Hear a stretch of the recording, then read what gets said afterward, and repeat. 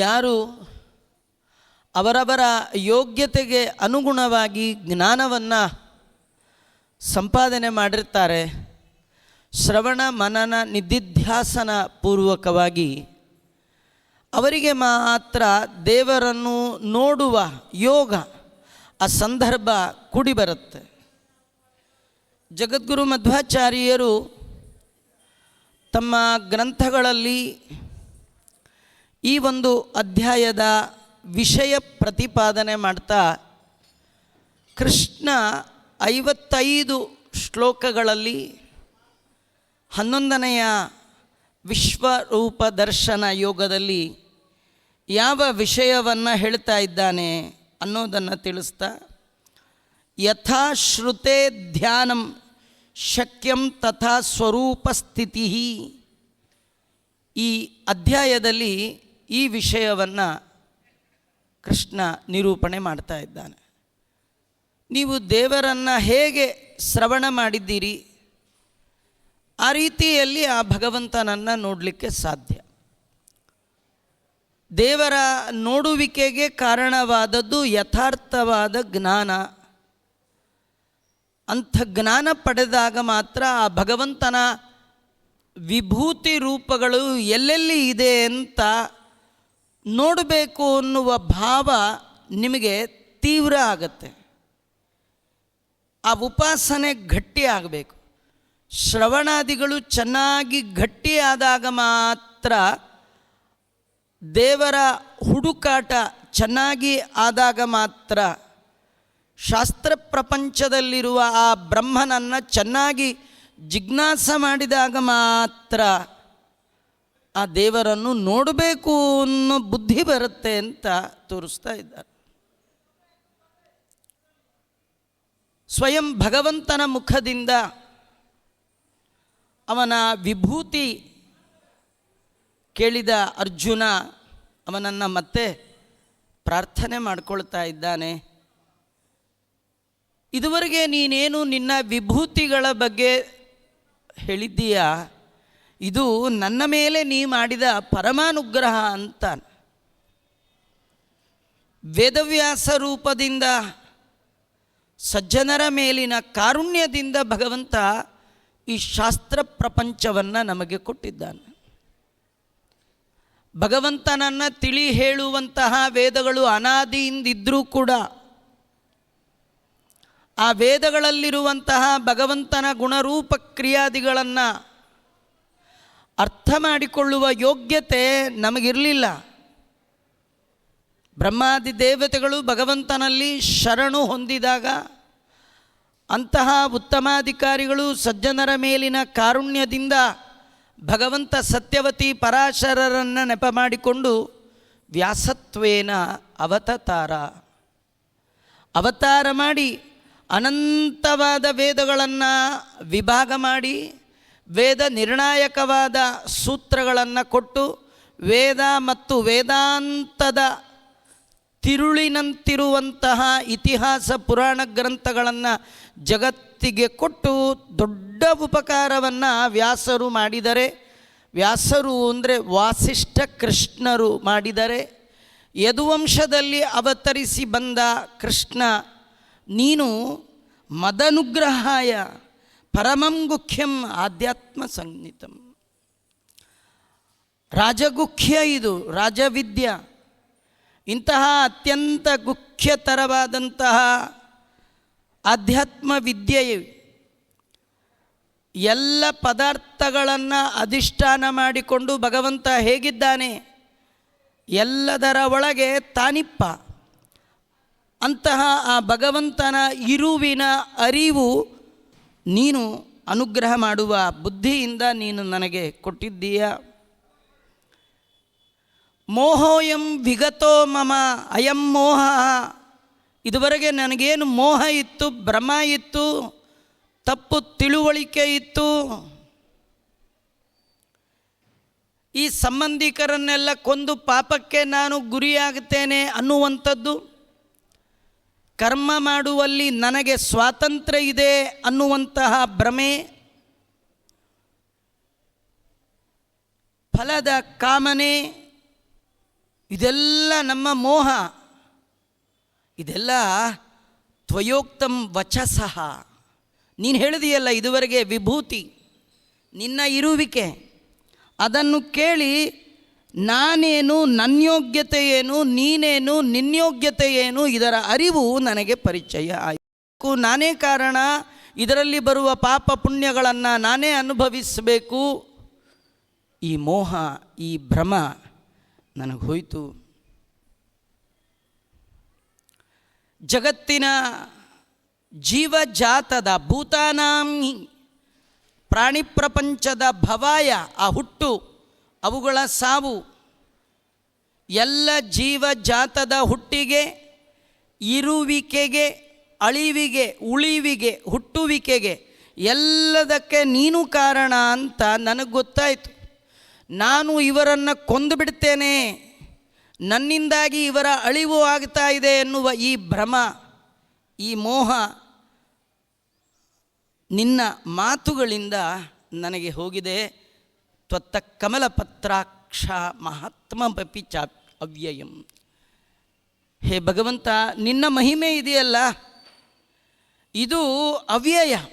ಏನಿದು ಅವ್ಯಯ ಅಂದ್ರೇನು? ಕೆಲವು ಟೈಮಲ್ಲಿ ಮಾತ್ರ ಭಾರಿ ಇರ್ತಾರ್ರಿ, ಮೆರಿಲಿ ಸುಮ್ಮನೆ ರೀ, ಅದೆಷ್ಟು ಮೆರೀತಾರೋ ಹೀಗಂತಿರ್ತಾರೆ. ಯಾಕೆಂದರೆ ಎಲ್ಲ ಕಾಲದಲ್ಲಿ ಒಂದೇ ಥರ ಇಲ್ಲ. ದೇವರು ಒಮ್ಮೊಮ್ಮೆ ನಮ್ಮನ್ನು ಎತ್ತರಕ್ಕೆ ಕೂಡಿಸ್ತಾನೆ, ಪರ್ಮನೆಂಟ್ ಅಂದ್ಕೊಳ್ಬಾರ್ದು. ಒಮ್ಮೊಮ್ಮೆ ನರಯಾನದೊಳು ಒಮ್ಮೆ ಟ್ರಾವೆಲ್, ನಮ್ಮದು ದೊಡ್ಡ ಯಾತ್ರೆ ಒಳಗೆ ನರಯಾನದೊಳು ಒಮ್ಮೆ ನರವರ ಎನಿಸುವಿ ವರಛತ್ರ ಚಾಮರ ಹಾಕಿಸುವಿ. ಜನರ ಮಧ್ಯ ಭಾರಿ ಮಾನ, ಭಾರಿ ಸಮ್ಮಾನ ಮಾಡಿಸ್ತಾನೆ. ನನಗಾಗ್ತಾ ಇದೆ, ನಾನು ಭಾರಿ ಗ್ರೇಟ್, ಸಿದ್ಧೋಹಂ ಬಲವಾನ್ ಸುಖಿ ಆಡ್ಯ ಅಭಿಜನವಾನಸ್ಮಿ ಕೋನ್ಯೋಸ್ತಿ ಸದೃಶೋಮಯ. ಏನಾದರೂ ದುರಹಂಕಾರ ಪಟ್ರಿ ಎಲ್ಲಿ ಎಸಿತಾನೋ ಗೊತ್ತಾಗಲ್ಲ ರೀ. ಹಾಗೆ ದೇವರದು ಮಹಿಮೇನ ಏನು ಟೈಮ್ ಬೀಯಿಂಗ ಅವನು ಹೇಳ್ತಾ ಇದ್ದಾನೆ. ತ್ವತ್ತ ಕಮಲ ಪತ್ರಾಕ್ಷ ಮಹಾತ್ಮ್ಯಮಪಿ ಚ ಅವ್ಯಯಂ. ಅವ್ಯಯಂ ಅಂದರೆ ನಾಶರಹಿತವಾದದ್ದು ಒಂದು, ಅವ್ಯಯಂ ಅಂದರೆ ಒಂದೇ ರೀತಿ ಇರ್ತಕ್ಕಂಥದ್ದು. ರಾಮ ಸಣ್ಣವನಿದ್ದಾಗ ಅಷ್ಟು ಶಕ್ತಿ ಇರಲಿಲ್ಲ, ಮುಂದೆ ಸ್ವಲ್ಪ ಬೆಳೆದು ದೊಡ್ಡವನಾದ ಮೇಲೆ ರಾವಣನ ಕೊಂದ. ಹೀಗೇನಾರು ತಪ್ಪು ತಿಳ್ಕೊಂಬಿಟ್ಟಿರ. ಭಗವಂತನ ಶಕ್ತಿ, ಭಗವಂತನ ಸಾಮರ್ಥ್ಯ ಎಂದು ವೃದ್ಧಿಘ್ರಾಸ ಇಲ್ಲ, ಒಂದೇ ರೀತಿ ಇರುವಂಥದ್ದು. ಭಗವಂತ ಕಾಡಲ್ಲಿದ್ದರೂ ಒಂದೇ, ನಾಡಲ್ಲಿದ್ದರೂ ಒಂದೇ. ಅವನು ವನವಾಸಕ್ಕೆ ಹೊರಟ ರಾಮ, ಊರಲ್ಲಿರೋರೆಲ್ಲ ಅವನ ಹಿಂದೆ ಹೊರಟರು. ಅಲ್ಲ, ಸಿಟಿ ಅಯೋಧ್ಯ ಫೇಮಸ್ ಸಿಟಿ. ಆಗಿನ ಕಾಲದಲ್ಲೇ ಮೋಕ್ಷಪುರಿಗಳಲ್ಲಿ ಮೊದಲ ಹೆಸರು ಅಯೋಧ್ಯ, ಮಥುರಾ, ಮಾಯಾ, ಕಾಶಿ, ಕಾಂಚಿ. ಇವತ್ತು ಸಿಟಿ ಬಿಡಲಿಕ್ಕೆ ಜನ ರೆಡಿ ಇಲ್ಲ ರೀ. ಹಳ್ಳಿಗಿಳ್ಳಿಗೆ ಬರಲಿಕ್ಕೆ ರೆಡಿ ಇಲ್ಲ, ಹಳ್ಳಿಗೆ ಬರಲಿಕ್ಕೆ ರೆಡಿ ಇಲ್ಲ. ಇನ್ನು ಯಾವ ಕಾಡಿಗೆ ಯಾರು ಹೋಗ್ಬೇಕ್ರಿ? ರಾಮ ಹೊರಟ್ರೆ ಸಿಟಿ ಪೂರ ರಾಮನಿಂದೆ ಹೋಯ್ತಂತೆ.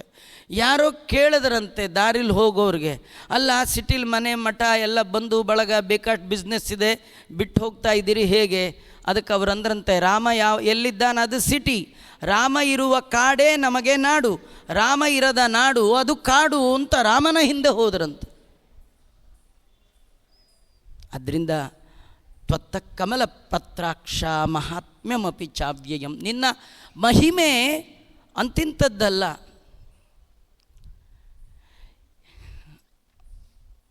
ನಿನ್ನ ಈ ಅದ್ಭುತವಾದ ಮಹಿಮೆಯನ್ನು ಕೇಳಿದೆ, ಇದೆಲ್ಲ ನಿಜ ಅಂತ ನನ್ನ ಅನುಭವಕ್ಕೆ ಬರ್ತಾ ಇದೆ. ನಿನ್ನ ಅಚಿಂತ್ಯವಾದ ಅತ್ಯದ್ಭುತವಾದ ಆ ರೂಪ, ಎಲ್ಲ ಕಡೆ ನೀನಿರುವ ರೂಪ ಇದೆಯಲ್ಲ, ದ್ರಷ್ಟುಮಿಚ್ಛಾಮಿತೆ ರೂಪಂ ಐಶ್ವರಂ ಪುರುಷೋತ್ತಮ ಅಂತ ಅದ್ಭುತವಾದ ರೂಪವನ್ನು ನೋಡಬೇಕು ಅಂತ ನನಗೆ ಇಚ್ಛೆ ಆಗ್ತಾ ಇದೆ. ನೋಡಿ, ಈ ಬಯಕೆ ಬರಬೇಕು. ನೀವು ನೂರಾರು ಬಾರಿ ಉಡುಪಿ ಬಗ್ಗೆ ಕೇಳಿ ಕೇಳಿ ನೋಡ್ಬೇಕಲ್ಲ ಅಂತ ಬರಬೇಕು.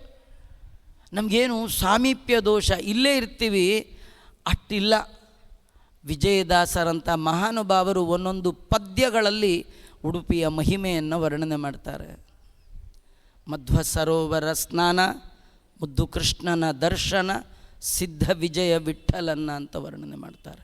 ಎಷ್ಟು ಜನ್ಮಗಳ ಪುಣ್ಯ ಇದ್ದರಷ್ಟೇ ಈ ರೂಪವನ್ನು ನೋಡಬೇಕು ಅನ್ನುವ ಬಯಕೆ ಬರುತ್ತಂತೆ. ಇಲ್ಲಿ ಹೊರಗೆ ಹೋದವ್ರಿಗೆಲ್ಲ ಒಳಗೆ ಬರಬೇಕು ಅಂತ ಅನಿಸಲ್ಲ. ಎಷ್ಟೋ ಜನ ಇಲ್ಲೇ ಇರ್ತಾರೆ, ಬರಬೇಕಂತ ಅನಿಸಲ್ಲ. ದೇವರನ್ನು ನೋಡಬೇಕು ಅಂತ ಅನಿಸಲ್ಲ. ನಿಮಗೆ ದೇವರ ಎಲ್ಲೆಡೆಯಲ್ಲಿ ವ್ಯಾಪ್ತವಾದ ರೂಪವನ್ನು ನೋಡುವ ಬಯಕೆ ಬರಬೇಕಾದರೂ ಕೂಡ ಜ್ಞಾನಿಗಳಿಂದ ತುಂಬ ಕಾಲ ಶ್ರವಣ ಮಾಡಿದರೆ ಮಾತ್ರ ಬರುತ್ತೆ, ಬಯಕೆ ಬರುತ್ತೆ. ನಮಗೆ ನೋಡಿ ಯಾರಿಗೇನು ಅಂತ ಏನು ಬಯಕೆ ಇಲ್ಲಪ್ಪ. ನಮ್ಗೆ ಯಾರಿಗೂ ಇಷ್ಟ ಇದೆಯಾ? ಎಲ್ಲ ಕಡೆ ಇರುವ ದೇವರನ್ನು ನೋಡುವ ಬಯಕೆ ಇದೆ. ಯಾರು ಸೇವೆ ಮಾಡಿದಾರಾ? ದೇವರು ನೋಡಬೇಕು ಅಂತ ಸೇವೆ ಮಾಡಿದಾರಾ? ಹಾಗೇನಿಲ್ಲ. ಬರೋದು ಬಂದಿದ್ದೀವಿ, ಒಂದು ಸುತ್ತ ಹಾಕಿ ಹೋಗೋಣ ಅಂತ. ಎಷ್ಟೋ ಕಡೆ ಸುತ್ತ ಹಾಕ್ತಿರ್ತೀವಿ, ಹಾಗೆ ಇದು ಒಂದು ಸುತ್ತ ಹಾಕಿ ಹೋಗೋಣ. ಆದರೆ ಸ್ವಯಂ ಭಗವಂತನ ಮುಖದಿಂದಲೇ ಶ್ರವಣ ಮಾಡಿದ ಉತ್ತಮಾಧಿಕಾರಿ ಅರ್ಜುನನಿಗೆ ಇಂಥ ಉತ್ತಮವಾದ ಬಯಕೆ ಬಂದದ್ದೇನು ಆಶ್ಚರ್ಯ ಅಲ್ಲ. ಅವನಂತಾನೆ, ನಿನ್ನ ಎಲ್ಲೆಡೆಯಲ್ಲಿ ವ್ಯಾಪ್ತವಾದ ಅತ್ಯದ್ಭುತವಾದ ಈ ರೂಪವನ್ನು ನೋಡಲಿಕ್ಕೆ ಬಯಸ್ತಾ ಇದ್ದೇನೆ. ಮೊದಲು ಜೀವನಿಗೆ ದೇವರನ್ನು ಕಾಣುವ ಬಯಕೆ ಬಂದರೆ ಮಾತ್ರ ಎಂದಾದರೂ ಒಂದಿನ ಅದು ಸಫಲ ಆಗ್ಬೋದ್ರಿ. ನಿಮಗೆ ದೇವರನ್ನು ನೋಡುವ ಬಯಕೆ ಇಲ್ಲ ಅಂತಾದರೆ ದೇವರಿಗೆ ನಿಮ್ಮನ್ನು ನೋಡಬೇಕು ಅನ್ನೋ ಬಯಕೆ ಇಲ್ಲ. ಯಾಕೆ ಗೊತ್ತಾ? ನಿಮ್ಮನ್ನು ನೋಡೋದೇನ್ರಿ, ಯಾವಾಗೂ ನೋಡ್ತಾನೆ ಇರ್ತಾನೆ. ವಿಶ್ವತಶ್ಚಕ್ಷುರುತೋ ವಿಶ್ವತೋ ಮುಖೋ ವಿಶ್ವತೋ ಬಾಹುರುತ. ಆ ಭಗವಂತ ನಿಮ್ಮನ್ನು ಪ್ರತ್ಯೇಕವಾಗಿ ಪರ್ಟಿಕ್ಯುಲರ್ ನೋಡಬೇಕಾದ್ದಿಲ್ಲ. ನಿಮ್ಮೊಳಗೆ ಇದ್ದಾನೆ, ಹೊರಗಿದ್ದಾನೆ. ಒಳಗೆ ಬಿಂಬರೂಪಿಯಾಗಿ, ಹೊರಗೆ ಕಾಲರೂಪದಿಂದ ಸದಾ ನಮ್ಮನ್ನು ನೋಡುವ ದೇವರಿಗೆ ನಮ್ಮನ್ನು ಹೊಸದಾಗಿ ನೋಡಬೇಕಾದ್ದು ಏನೇ ಇಲ್ಲ. ಇಷ್ಟೆಲ್ಲ ಉಪಕಾರ ಮಾಡ್ತಾ ಇದ್ದಾನೆ ಎಂದಮೇಲೆ ಅವನು ಮಾಡಿದ ಉಪಕಾರವನ್ನು ಮನದಟ್ಟು ಮಾಡಿಕೊಂಡವನಿಗೆ ತೀವ್ರವಾದ ಬಯಕೆ ಬರಬೇಕು. ಏನು? ದೇವರನ್ನು ನೋಡಲಿಲ್ವೇ, ದೇವರನ್ನು ನೋಡಲಿಲ್ವೇ, 50 ಆಗೋಯ್ತು, 60 ಆಗೋಯ್ತು, 70 ಆಗೋಯ್ತು, ದೇವರನ್ನು ನೋಡಲಿಲ್ವೇ ಎನ್ನುವ ಬಯಕೆ ನಿಮಗೆ ತೀವ್ರ ಆದರೆ ಭಗವಂತ ನೋಡುವ ಯೋಗ. ಅಪ್ರಾಪ್ತಸ್ಯ ಪ್ರಾಪ್ತಿ ಯೋಗ. ನಿಮ್ಮ ಜನ್ಮದಲ್ಲಿ ಆ ದೇವರು ನೋಡ್ಲಿಕ್ಕೆ ಸಾಧ್ಯ ಇಲ್ಲ, ಆದರೆ ದೇವರಿಚ್ಛೆ ಪಟ್ಟರೆ ಯೋಗ. ಎಂಥ ಯೋಗ? ವಿಶ್ವರೂಪ ದರ್ಶನ. ನೋಡಿ, ತುಂಬ ಒಳ್ಳೊಳ್ಳೆ ಮಾತುಗಳು ಅರ್ಜುನ ಹೇಳೋದು ಹೇಳ್ತಾನೆ. ಕಡೆಗೆ ಒಂದು ಮಾತು ಹೇಳ್ತಾನೆ, ಸ್ವಾಮಿ ನನಗೇನೋ ಆಸೆ, ಆದರೆ ನಂಗೆ ಆಸೆ ಇದ್ದರೆ ಏನು ಮಾಡಲಿ? ಮನ್ಯಸೆ ಯದಿ ತಚ್ಛಕ್ಯಂ. ನಿನಗನ್ನಿಸಿದ್ರೆ ಮಾತ್ರ ನಂಗೆ ಆ ರೂಪವನ್ನು ತೋರಿಸು. ಏನು ಅನ್ನಿಸ್ಬೇಕು? ದೇವರಿಗೆ ಅನ್ನಿಸ್ಬೇಕಂತೆ. ಏನು? ಇವನು ನನ್ನನ್ನು ನೋಡಲಿಕ್ಕೆ ಫಿಟ್ ಪರ್ಸನ್ ಅಂತ ಅವನಿಗೆ ಅನ್ನಿಸ್ಬೇಕಂತ, ದೇವರಿಗೆ ಅನ್ನಿಸ್ಬೇಕಂದ್ರೆ ಇವನು ಯೋಗ್ಯ, ಇವನಿಗೆ ನನ್ನ ರೂಪವನ್ನು ನಾನು ತೋರಿಸೋಣ ಅಂತ ಅವನಿಗೆ ಅನ್ನಿಸ್ಬೇಕು.